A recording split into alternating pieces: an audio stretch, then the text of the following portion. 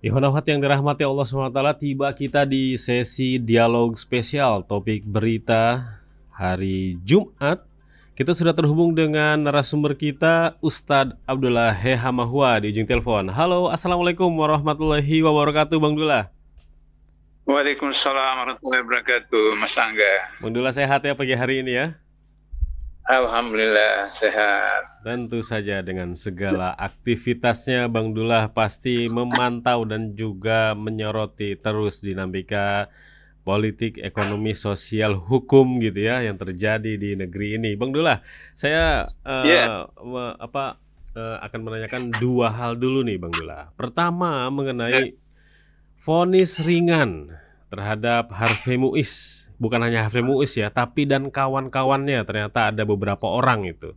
Ini banyak pihak yang melihat bahwa ini sepertinya makin makin suram gitu ya penegakan hukum bagi para koruptor. Apalagi kita jika disinggung dengan pihak penyidik kejaksaan dalam kasus korupsi yang dilakukan oleh Harvey Muiz ini kan sebenarnya kejaksaan sudah berusaha membongkar mega korupsi, termasuk juga kasus-kasus ya. yang lain.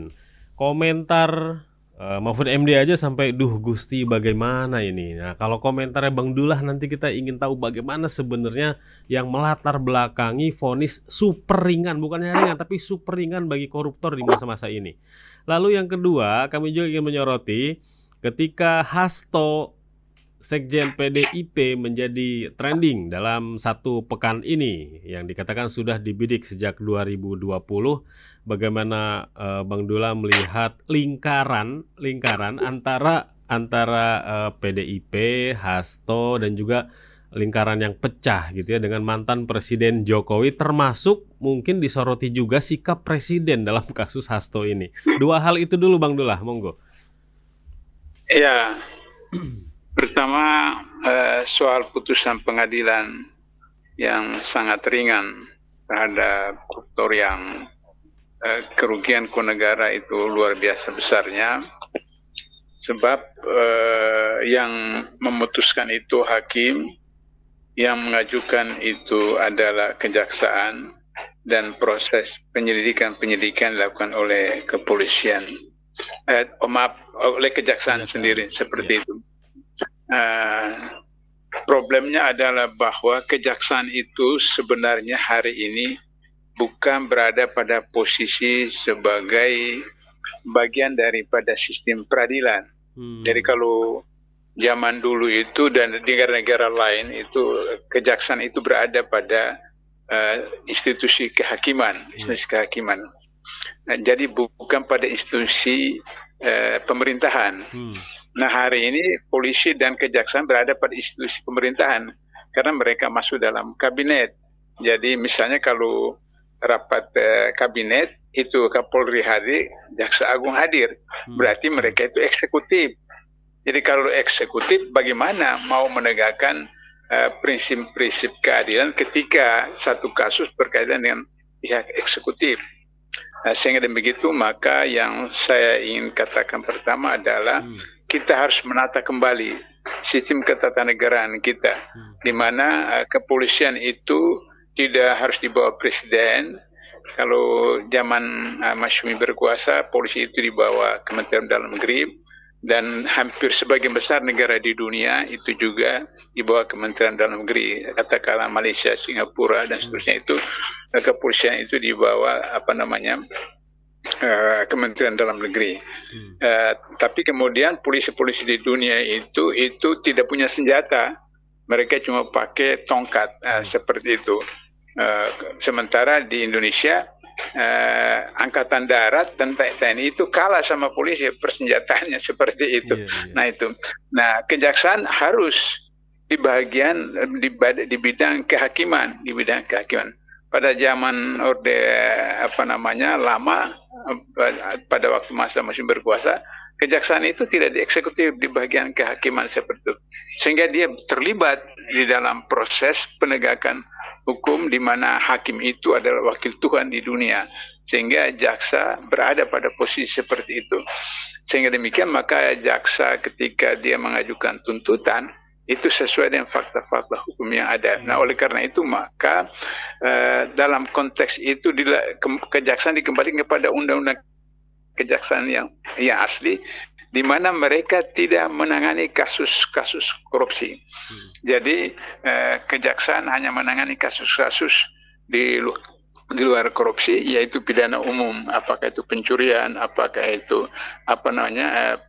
penjarahan, apakah itu penipuan dan seterusnya seperti itu. Nah, itu yang pertama. Yang kedua, kita tahu bahwa karena mereka berada pada bagian eksekutif, sementara selama 10 tahun pemerintahan Jokowi itu dikuasai oleh oligarki, maka kemudian otomatis apa yang dilakukan oleh kejaksaan, kemudian dilakukan oleh hakim, itu sama seperti.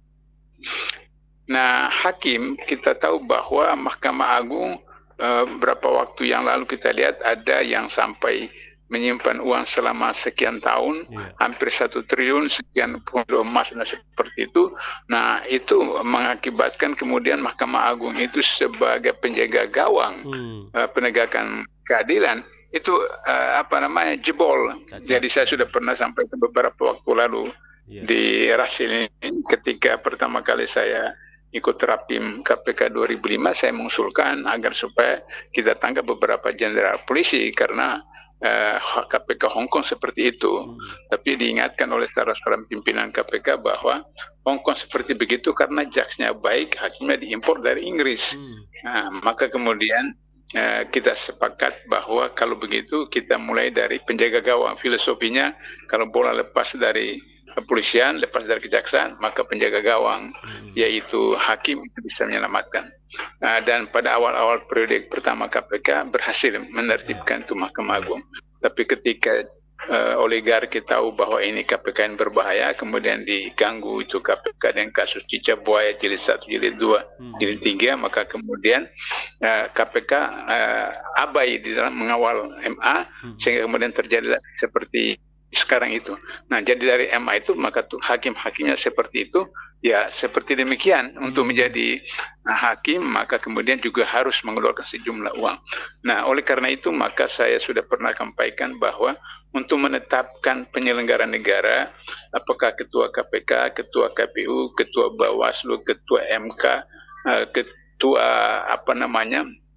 Ombudsman, PPATK dan seterusnya, itu jangan lagi oleh DPR, tapi satu pansel yang dipilih oleh perguruan tinggi, dipilih oleh masyarakat, dipilih oleh SM yang berintegritas. Mereka itulah yang kemudian bisa menyelesaikan proses rekrutmen pejabat-pejabat penyelenggara negara.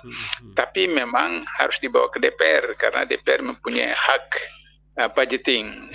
Tapi DPR tidak melakukan fit and proper test, hanya menerima atau menolak. Kalau menolak dikembalikan proses lagi. Jadi tidak fit and proper test. Kalau fit and proper test maka kita tahu kasus-kasus KPK yang terakhir sekarang atau KPK waktu Firly itu karena DPR itu lembaga politik, maka kepentingan politik mereka seperti itu. Nah, hal itulah yang terjadi kepada kejaksaan, kepada kepolisian dan juga hakim seperti itu. Jadi oleh karena itu maka kondisi yang ada terjadi itu saya mendapat beberapa informasi sudah lama.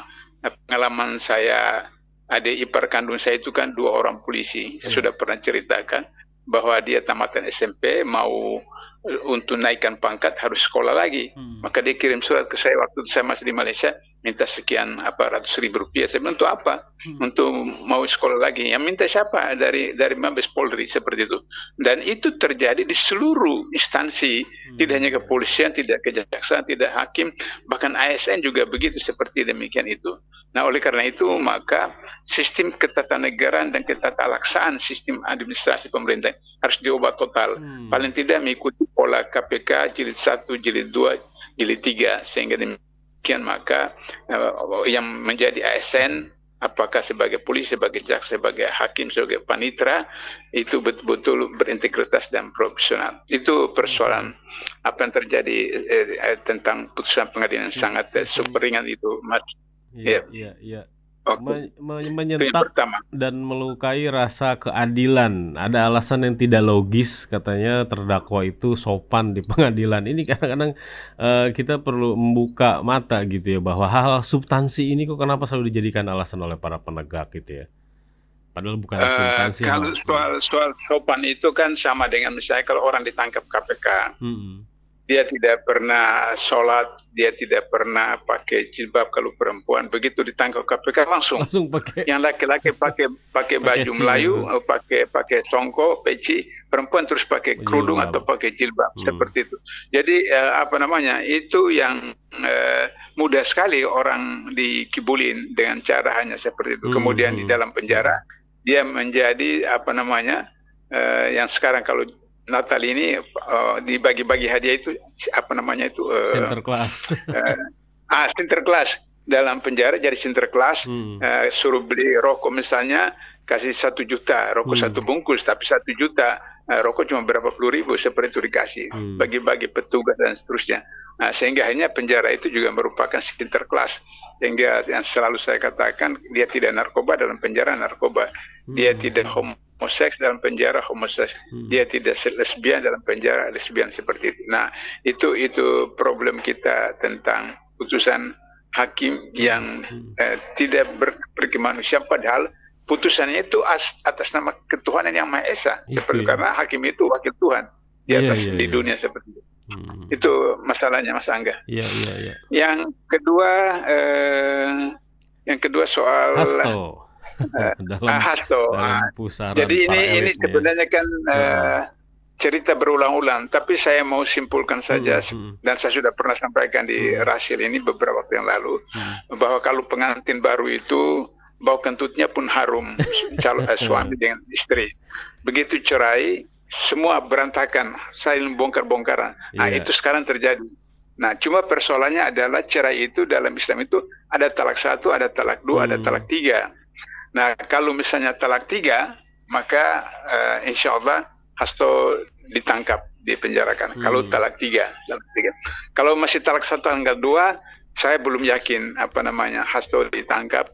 Atau kalau ditangkap di proses pengadilan, mungkin hukumannya juga seperti yang mungkin 2 tahun 3 tahun, begitu kemudian remisi, kemudian 1 tahun di dalam penjara bebas, seperti itu. Itu persoalannya, karena kalau misalnya talak 1 tanggal 2, artinya berarti masih ada kemungkinan untuk damai. Apakah damainya itu misalnya saya jadi ketua umum PDIP, menggantikan Mega, seperti itu, sehingga kemudian ya sudah nanti kemudian apakah rujuk kembali dengan syarat bahwa kasus BLBI tidak dibongkar, kasus IKTP tidak dibongkar, kasus Mekarta tidak dibongkar. Nah, seperti itu. Jadi itu adalah beberapa hal yang mengakibatkan talak 2 bisa rujuk lagi. Kalau talak 3 memang tidak bisa lagi rujuk, seperti itu. Nah, sebab seperti disebutkan oleh Novel Baswedan itu kan 2019 itu kasus, 2020 di Indonesia Lawyer saya sudah jelaskan waktu itu 2020 itu, di mana ada orang PDP hadir segala macam, saya katakan apa yang dilakukan oleh PDP itu melanggar aturan permainan, karena pertama si Harun Masiku itu bukan urutan kedua. Sehingga ketika urutan pertama itu meninggal, urutan kedua naik otomatis kan. Dia urutan ketiga atau keempat. Itu satu. Yang kedua, dia bukan orang Sumatera Selatan, dia orang Sulawesi Selatan. Dia orang Sulawesi Selatan. Terus bagaimana kemudian dia mewakili aspirasi Sumatera Selatan, meskipun tidak melanggar undang-undang. Orang asal dari mana saja, wakil di mana saja, seperti itu memang tidak melanggar undang-undang. Tapi dalam etika politik, nah ini kan sering kita lupa etika. Kita hanya bicara tentang undang-undang, kita bicara tentang peraturan tertentu. Tapi ada etika itu yang tertinggi dari undang-undang. Dari etika itu undang-undang diturunkan, seperti itu. Jadi etikanya adalah kalau orang bukan daerah situ, apalagi bukan penduduk di situ. Kalau orang misalnya dia orang Sulawesi Selatan, tapi jadi penduduk di Sumatera Selatan, masih bisa dipahami. Artinya dia sudah bergaul, tahu. Tapi dia bukan tinggal di Sumatera Selatan, hanya caleg di Sumatera Selatan. Seperti itu, dia orang Sulawesi Selatan, seperti itu. Nah, sehingga dengan begitu, maka kemudian mengajukan surat ke apa namanya ke KPU dan ke MA seperti itu, semacam judicial review ke MA seperti itu. Nah, disitulah kemudian permainan antara orang-orang PDP dalam hal ini yang sudah dikemukakan oleh KPK Hasto dan kemudian beberapa apa namanya teman-teman yang lain, dan kemudian sudah barang bukti, sudah fakta bahwa pimpinan salah seorang komisioner KPU ditangkap, dipenjarakan, bahkan sekarang sudah bebas juga, jadi itu sudah bukti yang sah bahwa ada penerimaan suap seperti itu. Nah, si Harun Masiku kan lari ke Singapura, ke Malaysia, terus kembali. Dia kembali itu di bandara, dia terus kemudian terus ke PT IKA untuk apa berlindung di sana, PT IKA. Teman-teman KPK itu datang ke sana ke PT IKA karena mereka punya alat untuk menyadap dan seterusnya, datang untuk kemudian menangkap apa namanya Harun Masiku di PT IKA. Justru teman-teman KPK ini ditangkap oleh orang-orang dari baju coklat itu di sana dengan alasan bahwa ada terlibat narkoba. Saya bilang itu mustahil. Saya bilang, saya 8 tahun di KPK, SOP di KPK itu setiap 3-4 bulan, maksimal 6 bulan sekali, itu ada inspeksi dari pengawas internal kepada seluruh pegawai KPK tentang narkoba, dites narkoba. Itu setiap 6 bulan. Jadi itu aneh, Binjaya kalau orang KPK terlibat apa namanya narkoba seperti itu. Sehingga kemudian Hasto menghilang seperti itu. Nah, jadi 2020 itu sudah dalam proses gelar perkara, teman-teman penyidik KPK itu sudah mengatakan sudah harus ditahan. Tapi Firly tidak mau, karena Firly ini kan orangnya Tito. Firly itu jadi ketua KPK untuk melindungi Tito, karena Tito ada kasus buku merah, mereka sama-sama dari satu daerah. Meskipun Jokowi tidak terlibat, tapi adik ipar Jokowi terlibat dalam soal pembahasan pajak dalam kasus yang melibatkan Tito itu. Sehingga dan begitu, maka kemudian tidak. Nah, sekarang setelah kemudian Tito sudah di Mendagri mengamankan, setelah itu kemudian Firly setelah punya kasus dengan SCL, Menteri Pertanian, maka kemudian terbongkar. Lantas kemudian ketika Pilpres kemarin itu Jokowi tidak mendukung calon daripada PDIP, mendukung Prabowo, maka kemudianlah terjadilah perceraian itu, yang apakah talak 2, talak 3 atau talak 1, itu yang kondisi seperti hari ini. Jadi oleh karena itu saya menyarankan kepada KPK, meskipun saya tahu bahwa ketua KPK sekarang orang Jokowi, saya tahu itu ketua KPK orang Jokowi, tapi bahwa kemudian kalau untuk mau menebus kesalahan 4 tahun yang lalu itu, bisa saja kemudian ketua KPK sekarang melakukan hal yang meskipun itu dipahami orang perintah Jokowi, tapi kemudian bongkar semua saja, sampai dengan demikian ketika di pengadilan, nanti di pengadilan akan terbongkar bahwa Jokowi terlibat, kemudian lain-lain terlibat, dan kemudian sekian menteri Jokowi yang masuk ke kabinet Prabowo ini, apakah Menko macam-macam, menteri Menko seperti itu, itu terbongkar semua. Sehingga dan begitu, maka meskipun dia orang Jokowi, kemudian bisa menyelamatkan wajah dan martabat dari KPK. Yang kedua, Prabowo kalau memang betul-betul serius, dia terbitkan Perpu. Beliau terbitkan Perpu untuk kembali ke Undang-Undang KPK yang lama. Kalau Undang-Undang KPK yang lama, siapapun ketua KPK, siapapun pimpinan KPK tidak bisa berkutik. Karena ada Undang-Undang KPK yang lama itu diikuti dengan satu PP nomor 63 tahun 2005 tentang manajemen SDM KPK. Sehingga dan begitu, maka kalau Perpu itu diterbitkan, kemudian Prabowo minta kepada pimpinan KPK menarik kembali Novel Baswedan dengan teman-teman 57 orang itu, saya percaya. Saya percaya mereka bisa menghidupkan kembali citra dan integritas dan profesionalisme KPK seperti dulu. Maka kemudian Hasto akan ditangkap, kemudian teman-temannya yang lain ditangkap, sudah itu kemudian kasus-kasus yang meliputi Meikarta, IKTP, kemudian Senturi dan semua seperti itu, dan kemudian semua menteri Jokowi yang 17 orang yang dimajukan dalam kabinet Prabowo ini bisa kemudian disidangkan semua seperti itu. Sehingga Prabowo punya waktu yang cukup untuk bisa menjalankan programnya, sehingga tidak mustahil 2029 beliau bisa terpilih kembali. Jika tidak, maka ya saya kira setahun saja Prabowo sudah digulingkan oleh kelompok oligarki. Gitu Mas Andi. Iya. Nah, sebagai penutup Bang Dullah, kita melihat dari beberapa kasus itu ya. Novel Baswedan itu mengatakan semua kasus semestinya diproses apa adanya. Nah, ini kaitannya dengan Hasto ataupun dengan Harvey Muiz ataupun yang lain-lain. Namun jadi pertanyaan Bang Dullah, bagaimana kita mengingatkan ini kepada para aparat penegak hukum, baik itu yang memiliki jabatan paling tinggi ataupun jabatan yang paling bawah gitu ya. Jangan sampai penegakan hukum ini digunakan untuk melakukan intimidasi, apalagi gitu ya, digunakan untuk kepentingan politik para elit. Bagaimana Bang Dullah sebagai penutup? Jadi dulu ada konvensi ketika saya masih di KPK. Ada konvensi antara KPK dengan DPR bahwa menjelang tahun politik maka KPK tidak menangani kasus-kasus yang berkaitan dengan peristiwa politik, yaitu pilpres, pemilu, pilkada.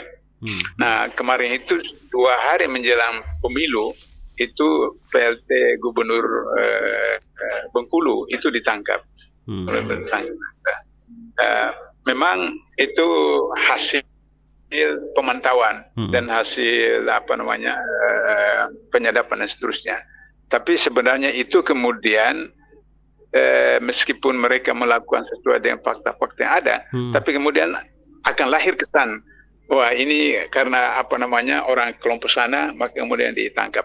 Saya sudah pernah ceritakan beberapa waktu lalu bahwa kami beberapa bulan lalu mantan-mantan alumni KPK termasuk pimpinan, kemudian penasihat dan lain-lain, ketemu dengan pimpinan KPK yang periode kemarin. Itu PLT Ketua KPK itu kan curhat sama kami bahwa kalau kelompok A cepat sekali proses, kalau yang ke kelompok B lambat sekali seperti itu curhat dia sama-sama seperti itu. Nah, jadi oleh karena itu maka kalau misalnya hanya karena dianggap sebagai proses politik, nah itu berbahaya KPK itu. Dulu saya satu alumni dengan Abraham Samad, tapi ketika Abraham Samad mau dijagokan jadi wakil presiden waktu zaman pilpres SBY. Bukan, Jokowi pertama 2014. Ya. Saya kemudian keras mengkritik KPK, termasuk Abraham Samad, bahwa kalau Anda mau jadi cawapres harus mundur dari KPK. Jangan KPK dibawa-bawa sebagai lembaga politik. KPK itu lembaga hukum, harus netral, harus apa dan sesuai dengan ketentuan perundangan. Nah, seperti itu. Nah, akhirnya kemudian tidak jadi memang Abraham Samad dicalonkan karena dia memilih untuk tetap di KPK, tidak untuk maju sebagai capres seperti itu. Nah, begitu persoalannya adalah bahwa agar supaya di dalam kode etik KPK itu ada kalimat begini, Mas Angga. Pegawai KPK dilarang melaksanakan perintah atasan yang bertentangan dengan peraturan undang-undangan. Itu tertulis resmi. Jadi perintah ketua KPK, perintah wakil ketua KPK, tapi kalau perintah itu bertentangan dengan peraturan perundangan, pegawai KPK dilarang melaksanakannya.